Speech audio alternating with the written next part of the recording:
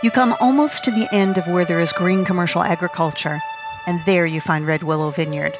Waiting in the shade is Jonathan's father, Mike.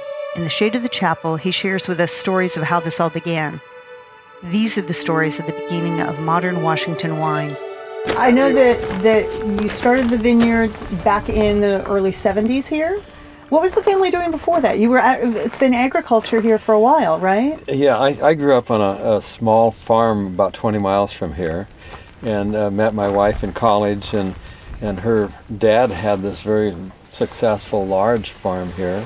I thought I would be a banker or work for some agriculture company. I majored in Ag Econ, and he offered me a job just to be a farm worker here to see what happens anyway.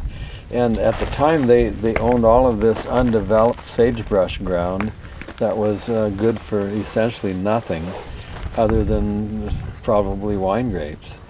And he said, well, you need to experiment with something, as the new kid on the farm. So, I'm not really sure why I got into wine grapes, to be honest with you. Had a choice of cherries or apples or grapes. And at the time, these French-sounding wine grapes were just beginning. Things like Pinot Noir and things like that. We didn't know how to pronounce a Pinot or a Cabernet Sauvignon. And it was just something exciting and exotic to think about wine grapes instead of what's typical in this valley of Concord grapes for Welch's juice, jam, and jelly. And so I got hooked up with the I guess you'd call him the father of the Washington wine industry at the time, Dr. Walter Clore. And in those days, all we thought about were the varieties that would survive the winters. In the 60s, 70s, and even the early 80s, that was the deciding point of what you planted, because about every 6 years or so, we would have a pretty tough winter and the vines would freeze back to the ground. So we're growing things like Limburger, Cabernet Sauvignon, Chardonnay that were on this list of more winter hardy varieties. And so anyway, it's been a fun journey exploring different varieties as time has gone on, and the industry has sure changed in that amount of time. I think when Dad planted the first grapes, I think there was about 6 wineries here at the time. So it just shows you it was just really the modern Washington industry was in its infancy then. So, and Dad was kind of one of the earlier pioneers, and way out in the middle of nowhere at the very end of the valley, who knew if anything would survive out here, and he kind of really took a leap of faith, and glad you did. Yeah. Dr. Clore at that time, they were just exploring the state of Washington, and down on the Columbia River, on the other side of the mountains, there's Coal Creek, there's about a dozen sites, and he wanted remote sites to see which areas would grow grapes,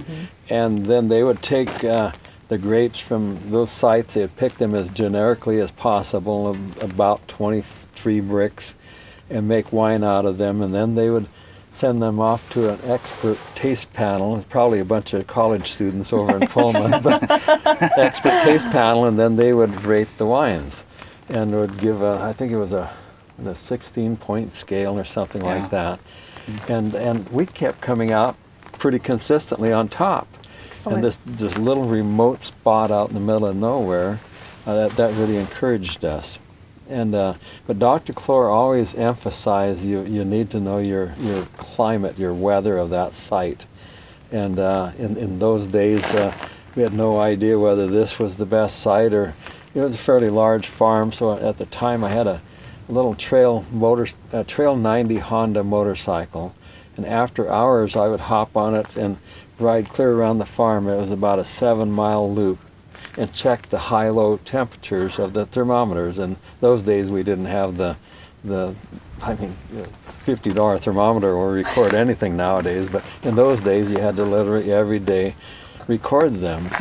And that really taught me something. The difference from this place to a half a mile, a different hill, a different slope. We take so much information for granted today. But those were truly pioneer days, and they were exciting times too. Yeah. Just learning the varieties, what would grow, what would survive, and it was very much Washington trying to gain a reputation in the world, and it was a state coming together very cohesively, us against the world more or less, to gain respect. Right. Yeah, well, we're still kind of just a drop in the bucket, really, but I think we're doing pretty good, making a big splash. But, Yes, I agree. There's another story Dad left out when he had tried the Semillon and Chenin Blanc. Was that the one that they didn't survive down with the Concords in the low area, and in '73, well, it had been '71 then, right? Yeah, down there would have that been you had 70. that you had a friend in the National Guard with him one day. Her dad planted some grapes, so he's like, I got a dilemma. Somebody backed out of a bunch of Cabernet Sauvignon cuttings, and they came from the old Harrison Hill Vineyard, and like, would you be interested? And Dad's like, you joked that you didn't know if it was a white or red variety at the time, you know, Right. which is funny because Dad Yeah. knows everything now. Yeah. But it became a life passion, and so you agreed and went up pretty much after hours and planted 3 acres of cab by hand, and it was kind of the start of Red Willow. There you So, go. And in the early 70s, white wine was a much bigger deal than Right. red wines. Yeah.